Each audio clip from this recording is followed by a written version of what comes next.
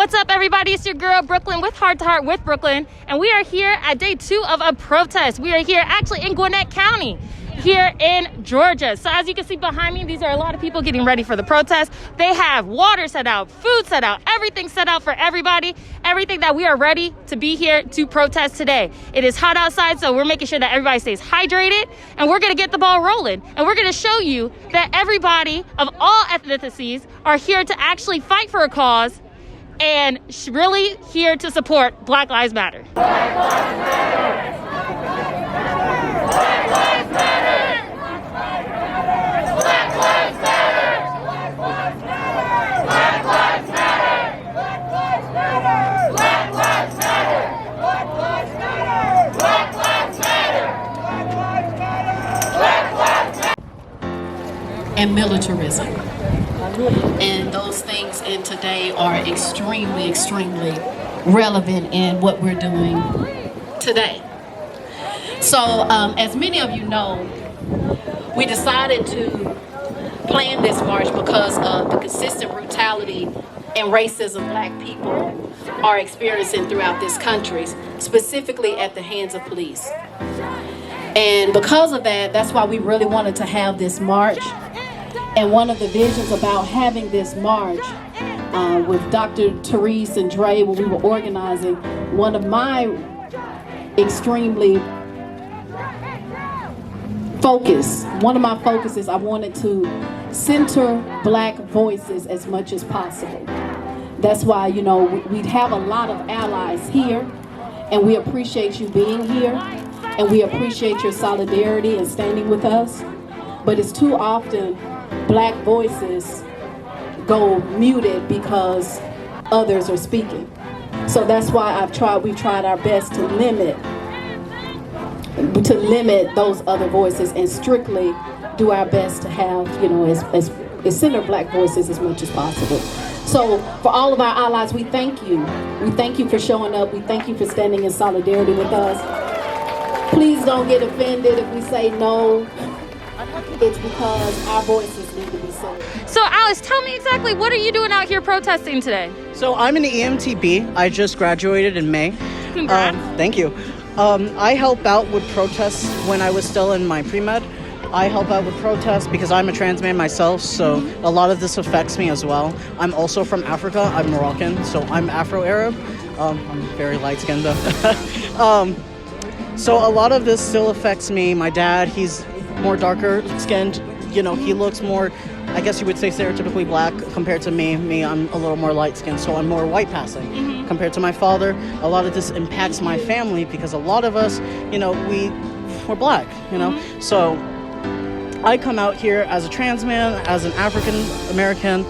I want to help out other people because a lot of the prejudice that we face with cops, with other people, with white supremacy, Nazis, everything, there's a lot of it that's still going around even today, and it's 2020, you know? Yeah. Like we just only, it was 2013 that we got gay marriage legalized? I believe so, yes. And isn't that crazy? Because like, you know, I was 14 when that happened, so a lot of stuff like that, it's just mind-blowing. Like, you have kids like my age who are getting shot by police. You have people who are my parents' age getting shot by police just for being, you know, them, you know, just existing, that sort of thing. So what I like to do is I like to come out, show my support, because as someone who's white passing, as someone that can get away with a lot of things, because as a trans man that passes well in society, I get away with a lot of things just by being me. So I like to be able to use my privilege that I have and go out and help other people. But yeah, I like to use my privilege because I have some. Even though I'm a marginalized person, I know I still have some privilege, and I like to go out and try to help as many people as I can with these protests. Well, definitely we appreciate you so much. I know I personally appreciate you handing me out waters today because it is hot.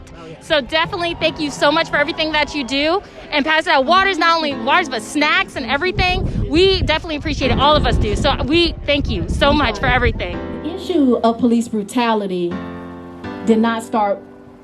is not new. It didn't start just recently. Of course, we all know that. A nation that invests more money into policing, into the military, than they do to social uplift programs is a nation that is doomed. That's Dr. King. Hello, everybody. I'm here with Miss Keisha with the Alliance for Black Lives, and she actually helped organize this entire event today. So how was that process for you? Well, it was we have organized a number of different events in the past. So the process was fairly easy. It's something we've done before. It did get much more complicated once National Guards were coming into Atlanta. We didn't know how it was going to turn out, specifically in Gwinnett. But we just knew that we needed to do something, and that regardless of National Guards, regardless of people that are rioting or things like that, we still had to have an event to stand up for Black lives and to say that police brutality is not going to stand, and that we also have a right to exercise our constitutional rights. So you're absolutely right. Now, I know a lot of people came out here to protest, which was incredible. How do you think there are other ways that we can get our voices heard, actually make these changes actually happen? I know protests, of course, has a lot to do with it, but what other ways would you recommend for people to get our voices heard to the right people? So we came up with a list of suggestions that we're asking people to call their state legislators, and their state legislators, the governor specifically, because the governor can really encourage all of the other cities to look into their policing policies. So call the governor, your state legislator, your local mayor, and your local commissioners, because they are the ones that are in charge of the local police department and the policies that are in that police department. So contacting them and giving them suggestions. We have a list of suggestions that we would like for different police departments to adopt. So that's one of the things. Another thing is voting. I'm a very big advocate for voting. However, I also don't want people to feel like if you don't vote, to me, regardless of if you vote or not, you should still be treated humanely. And what we have right now is inhumanity. I do want people to vote because we need to have good DAs in that's going to prosecute these police. But it's a shame. I don't like to say if you want change, you got to vote, because you shouldn't have to vote to be treated humanely. That's your constitutional right to be treated like a human. But we do need to vote. We need to reach out to our legislators. We need to contact them and put pressure on them and all of our local elected officials. Awesome. And where can people find these suggestions that you are suggesting to the public? It's on our Facebook page. We will pin it to the top. Alliance for Black Lives is our Facebook page. We'll have it pinned to the top.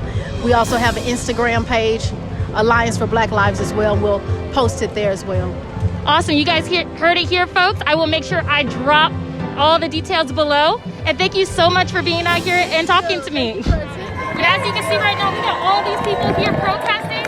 And I'll tell you one thing that is very different between this protest and the other protests. This one is extremely diverse. Yesterday was diverse, but out here you still see a lot of people who are not part of the minority that are still here marching in the 90-degree weather, still here trying to make a change. And this is something that a lot of people do not see. You do not see this on the media, that there are other people other than people of color who are out here marching and are tired and are trying to make a change. So as you guys can see, we're out here right now in this 90-degree weather protesting for a change. That's all I have for you guys today with Heart to Heart with